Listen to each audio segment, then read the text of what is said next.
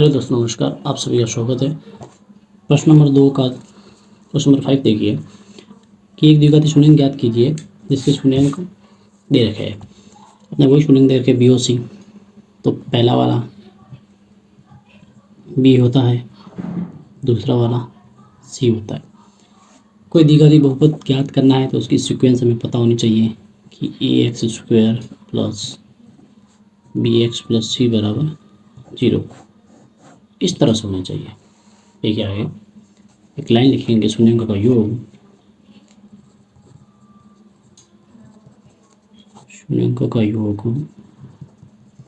कि शून्यंकों का योग बराबर हमें पता है -B/A होता है, वही अल्फा प्लस बीटा -B/A होता है। देख लो, ये अपना B, ये C याद रखना, -1/4 और 1/4, तो माइनस का माइनस B कितना, B खुद -1/4 है, खुद -1/4 है, बटा का बटा लगा दो, और A कितना, A कुछ नहीं है तो 1 रख दो। ये बटा में है, इसको भी बटा में लिख दो, माइनस माइनस प्लस, इसको आगे कर रहा हूँ तो 1/4 प्लस का हो गया। अब ये 1/4 में 1/1 में ऊपर ले जा रहा हूँ, ये जब ऊपर जाएगा तो उल्टा हो जाएगा और मल्टीप्लाई होगा, और 1 का तो कोई फर्क नहीं पड़ता, उल्टा करो 1/1 ही रहेगा, 1/1 कर दो आपस में मल्टीप्लाई, तो क्या आया 1/4, तो हमारे B आया एग्जैक्टली 1/4। क्या आया 1/4। अब देखिए शून्यंकों का योग हो गया। अब शून्यंकों का गुणनफल, कि शून्यंकों का गुणनफल, शून्यंकों का गुणनफल, शून्यंकों का गुणनफल क्या, C/A।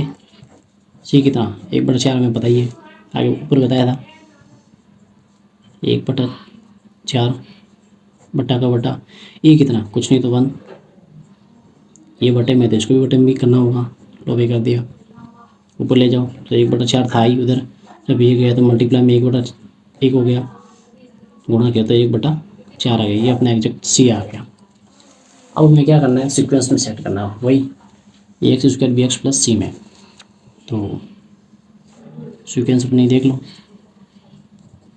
AX² plus BX plus C बराबर 0 में, इसमें तो अपना A कितना, A कुछ नहीं है तो अल्फ़ाबेट के आगे एक रेखा नहीं जाता, X² प्लस B कितना, B 1/4 ऊपर आ गया था, 1/4 x का x प्लस C कितना, C जस्ट आया 1/4। तो मैंने कहा था कि अगर B और C की जगह कोई बटे में आ जाए तो इधर भी गुणा होती है, इधर भी होती है। अब ये दोनों गुणे में है, मतलब दोनों बटे में है। तो जब दोनों बटे में है तो हमें पता है कि अगर कोई दो संख्या बटे में है और बीच में प्लस या माइनस होता है तो एलसीएम लेते हैं। तो ले लो इसका एलसीएम, तो x² का x² प्लस का प्लस, अब दोनों के एलसीएम आया 4। सीधी बात है, एक सिंपल सा मेथड है, सिंपल सा फॉर्मेट है। जब एलसीएम लेना हो इस तरह से, नीचे अगर सेम संख्या दिखे तो एलसीएम वो ही सेम संख्या आएगी। तो जब सेम संख्या हो तो संख्या लेनी सेम, और ऊपर वाली भी सेम उतार देना। वैसे x के आगे एक लिखा तो नहीं जाता, फिर भी एक बार लिख रहा हूँ, प्लस 1 है, ऊपर वाली भी सेम थे, नीचे वाली को नीचे सेम लिखना है और ऊपर वाले को भी ऊपर सेम लिखना है, लिख दिया। अब हमें पता है कि ये 4 एग्जैक्ट किसके नीचे हैं, इसके नीचे है कि इसके नीचे। देखो 4 के पास कोई अल्फ़ाबेट है क्या, मतलब A X या वगैरह है, नहीं है। हमें पता है कि A के साथ X होता है, B के साथ भी X होता है, C अकेला रहता है। तो ये 4 एग्जैक्ट C के नीचे, C मतलब इसके नीचे है। तो आगे लिखेंगे हम कि x² प्लस, अब x के आगे एक लिखने की ज़रूरत नहीं है, सिर्फ x लिखो, प्लस का प्लस, 1 का 1, 4 इसके नीचे है, एग्जैक्ट आ गया।